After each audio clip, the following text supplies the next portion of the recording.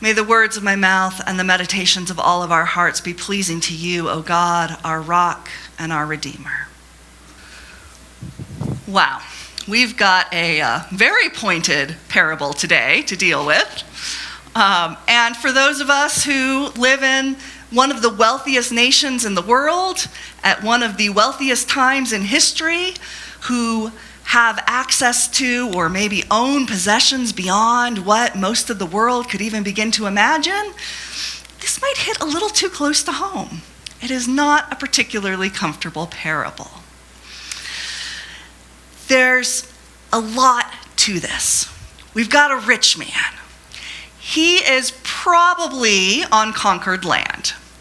The Romans have taken over the land, have given it to those who they want to have it. So he probably doesn't really have much of a moral claim to this land to begin with. And then he has a huge bumper crop. This already rich man gets more than he could possibly need or use. And rather than giving it away or selling it, he thinks, well, I'll store it. Oh, gosh, my storage is already completely full of all of the things I don't need. Guess I'll knock down the storage and store it in new barns and new buildings.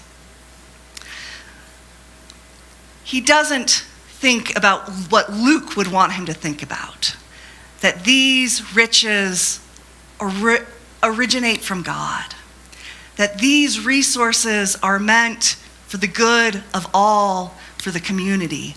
He doesn't even seem to think about, oh, maybe I should give a raise to all of those people who had to work extra hard on this bumper crop to bring it all in. He doesn't care about his neighbors in need. He thinks only about being rich, being merry, eating, drinking, living a happy life for many years to come. And then death, the great equalizer, comes. And it's all for naught. A writer I've been looking at this week, Michaela Bruzzese, sums up the passage this way. She says, we can either be possessed by our possessions or we can be possessed by God. We cannot have both greed and God. And Colossians calls greed idolatry, which is very interesting because if we are possessed by our possessions, if we are greedy, we are worshiping what we have and what we want. If, though, we are possessed by God, that means we are worshiping God, a very different thing. But what exactly does that look like? Both of our readings today are really, really clear on what we are not supposed to do. Colossians has a nice long list of vices that we need to avoid. It's like, really, I have to go through this list. But it doesn't give us a nice list of things we should do. And Luke tells us we should be rich toward God, but doesn't tell us what that means. So I want to talk a little bit about, imagine what it might mean to be rich toward God. Other passages in Luke, which is very concerned about not using wealth in ways that harm, but instead using our resources for the good of the community. Other passages in Luke give us a whole lot of ideas about what it means to be rich in God, rich toward God. We can start with the story of the Good Samaritan, which makes it clear that we are called to love the Lord our God with all our heart, our mind, and our soul, and to love our neighbor as ourselves, and that loving our neighbor as ourselves means using our resources to help anyone who is in need. And then there's the story of Mary and Martha, which we had just a couple of weeks ago, I think, which makes it clear that to be rich toward God means to bask in Jesus' teachings, to sit at his feet, to listen, and to be shaped and transformed by what he has to say to us. We have the passages just before and after the passage we have today, which call us not to be consumed with worry about things, but instead to prayerfully trust that God will provide for our needs. And then perhaps most pointedly, we have the story of the rich young man who wants to know what he needs to do to be saved and is told, sell all your possessions and give alms to the poor, and store up treasure for yourself in heaven.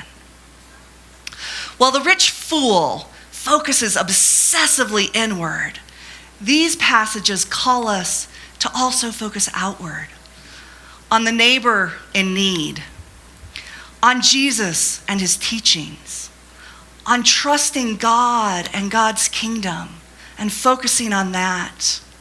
And finally, on working for justice so that things are redistributed and poverty is no more. Colossians also gives us a little bit of a hint. It doesn't give us a nice list of virtues, which I would kind of like. I'd like a checklist of what I can do. But it does give us some beautiful language.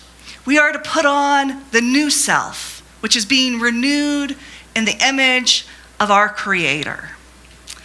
And we are to seek those things which are above, where Christ is seated. The only hint it gives us at something concrete is that beautiful line at the very end, where it says, in this renewed new self, there is neither Greek nor Jew, barbarian or Scythian, circumcised or uncircumcised. We can imagine a whole other list of things that we might add to that. Instead, Christ is all, and Christ is in all. To put on this new self is to see the world that way and to work for that world. To work for a world where there are none of these hierarchical distinctions that we create to privilege some and denigrate others. Instead, it is Christ in all. This is a beautiful vision, not necessarily easy to work toward. But to be rich toward God, to be possessed by God, means to be filled to the brim with the love of Christ, to be possessed by that love, to be moved by that love. I want to end with another quote from the same author who I started with, Michaela Brzezzi. She says, our scriptures assure us that the real treasure, the only one able to satisfy our profound hunger to love and be loved, is the unconditional and all-consuming love of God.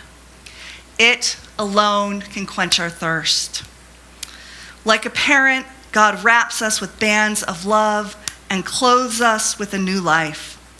And unlike material wealth, this treasure does not trap us, but liberates us, giving us the strength and courage to be liberators in the world. So possessed by love, possessed by God, being rich in God, let's go forward as liberators of our world. Amen.